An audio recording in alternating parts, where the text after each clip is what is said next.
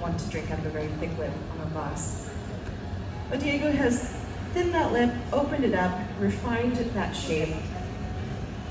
I'm gonna add some additional details here. Catherine is gonna get another bit of glass out of the furnace. I think they're going to do what we call a necktie, like palm coloring.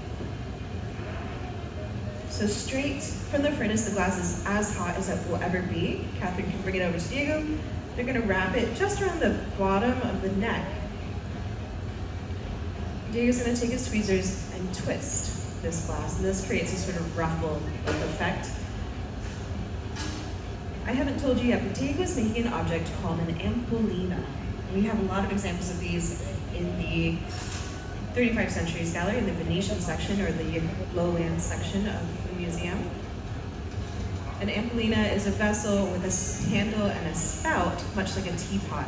So these might have been used for olive oil, holy water, wine, something like that. Some kind of liquid one might drink. And so we have the base form and that nice clown collar, which has a lot of aesthetic purpose, but also it helps from whatever liquid is in the vessel from dripping down the sides. The next step is very cool. So Diego's taking a couple of flashes, making sure that nothing gets too cold, making sure nothing cracks. And Catherine is going to bring over the glass that will become the spout. Diego gives a gesture, tells Catherine to lift her pipe up. They're going to take this hot glass on the wall of this bottle, and Diego's going to take this pipe now and push it up through the wall, breaking the surface, and then he's going to start pulling outward, and with that pipe is going to come a hollow tube of glass that will be able to be sculpted into the spout. It takes a moment because the heat from this fresh glass needs to soak into the wall and has to stick and start melting the wall. If you can see what, as he pulls, this glass that's coming with it is hollow throughout the center. It's not solid. So Diego will cut that away. I'm just gonna pull this a little more and give it a little bit more shape. Pretty cool move.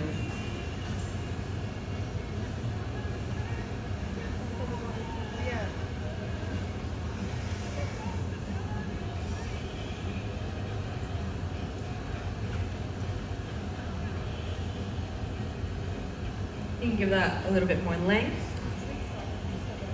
a little more style, perhaps. I'm just gonna give this a nice curve so it has a really sort of classic teapot-like spout.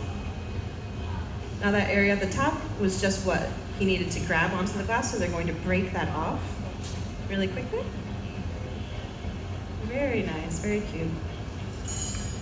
Now a couple of flashes, keep everything warm, and the last thing to put on is the handle. The handle is always the last thing we put on. This is this sort of weird appendage off the side. We can't change the base form anymore from this point on, because if we get the base form hot enough, it means the handle is going to be really hot and disfigured. So at this point, everything is set, no more changes, and then we go for the handle. So Catherine's gonna gather one last bit of glass.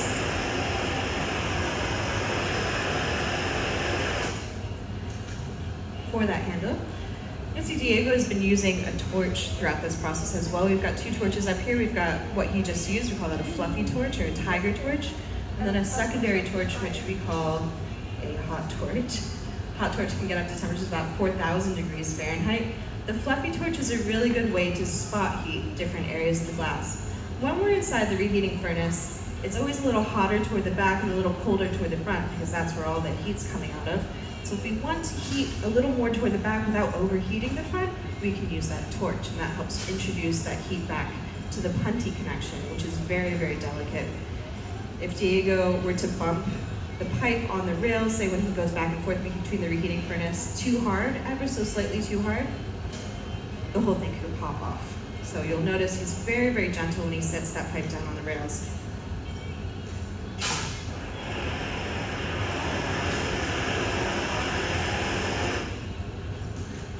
Now both of them have to be just the right temperature. They have to know each other's timing.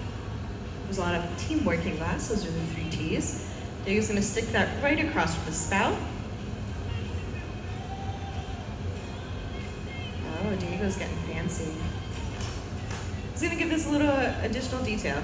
So use the tweezers to fold that over, create a cool decorative loop.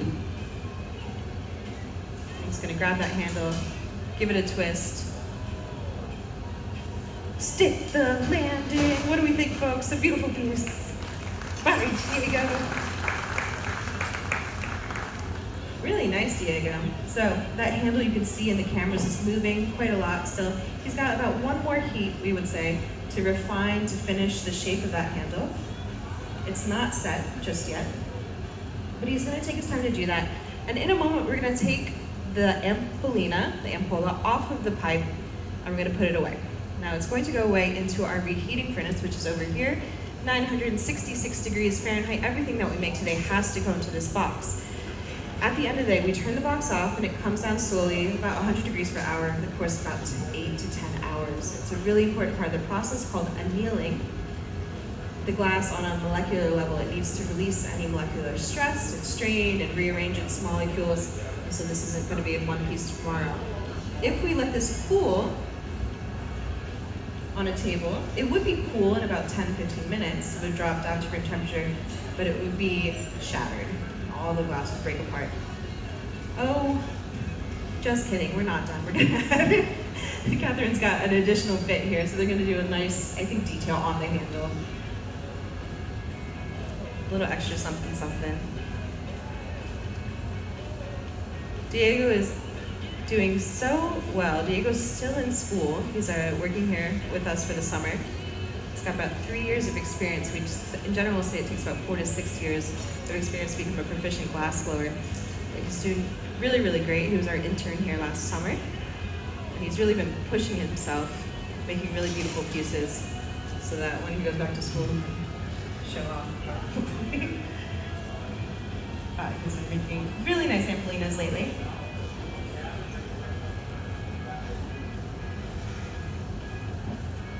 But wait, there's more. Another little detail, another bit.